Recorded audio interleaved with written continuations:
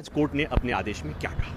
देखिए, आज कोर्ट ने अपने आदेश में सीधे सीधे तौर पे ये कहा, पहली चीज़ कि कोई भी नया केस नहीं डलेगा। दोस्तों, अजमेर शरीफ दरगाह और कई मस्जिदों को लेकर इस वक्त की सबसे बड़ी खबर निकल कर आ रही है सुप्रीम कोर्ट से। मुसलमानों की इस बड़ी जीत पर वकील ने क्या कहा, इसका वीडियो भी हम आपको आगे दिखाएंगे। सरकार गरीब नवाज से उलझने का कैसा अंजाम हुआ, जिसे जानने के बाद कई सारे लोगों के चेहरे पर मुस्कान आ सकती है। कई सारे लोग अल्लाह ताला का शुक्र अदा कर सकते हैं। सुप्रीम कोर्ट ने कल मस्जिद और दरगाह के नीचे मंदिर होने के दावे को लेकर बड़ा फैसला सुनाया है। और शुरू में जो आपने वकील साहब का वीडियो देखा, वो पूरा वीडियो भी हम आपको दिखाने वाले हैं। आप सभी को मालूम होगा कि कुछ दिनों से लगातार मस्जिदों और दरगाहों के नीचे सर्वे करके मंदिर ढूंढने की मांग की जा रही थी। यहाँ तक के बात हिंदुस्तान के राजा ख्वाजा गरीब नवाज तक पहुँच चुकी थी।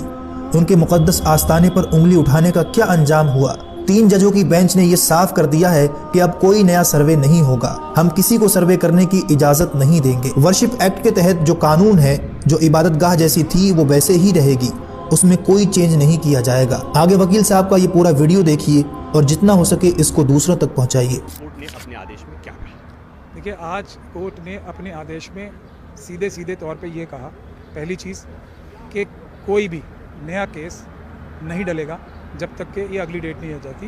प्लेसेस ऑफ वर्शिप एक्ट के तहत जो आता हो, मतलब किसी भी धार्मिक स्थल पे कोई भी हिंदू, मुसलमान, सिख, ईसाई किसी दूसरे की धार्मिक स्थल पे कोई केस नहीं डालेगा। एक बात नया। दूसरा कि जो भी कोई भी कोर्ट जिसमें ये मामले लंबित भी हैं, वो कोई भी ना इंटरिम ऑर्डर यानी कि जो टेम्प्रेरी ऑर्डर था वो पास करेगा, ना कोई फाइनल ऑर्डर पास करेगा। और स्पेसिफिकली तीसरी चीज़ का जो नाम लिया है वो है कि कोई भी सर्वे का ऑर्डर नहीं करेगा।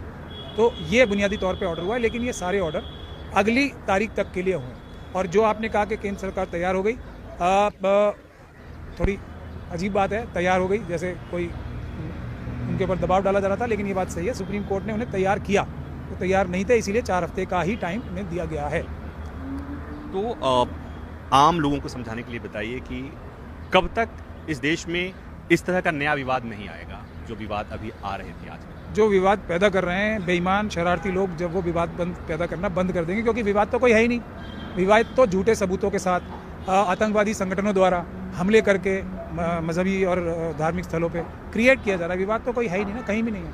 और जब तक वो क्रिएट करते रहेंगे, जब तक चलता रहेगा, उसे कोई ना अयोध्या की 5 जज की जजमेंट रोक पाएगी, ना कोई सुप्रीम कोर्ट में एफिडेविट दिया हुआ कि हम एक मस्जिद को नहीं तोड़ेंगे, वो काम आएगा। कुछ काम नहीं आएगा जब तक गैर संवैधानिक लोग, आतंकवादी लोग आतंकवाद करना चाहेंगे, जब तक ये कंटिन्यू करें। प्राचा साहब, मैं एक वकील से बात कर रहा हूँ। जी, मैं वही बताऊँ। और हम केस के बारे में बात कर रहे हैं, जो जिस तरह की आपने दलील ली कि आतंकवादी, उग्रपंथी, ठीक उसी तरह की बात आती है। तो मैं एक वकील से बात कर रहा हूँ कि प्लेसेज ऑफ वर्शिप एक्ट का जो आप लोग, उनका जो विरोध है वो तो है, आपके लिहाज से ये क्यों जरूरी है?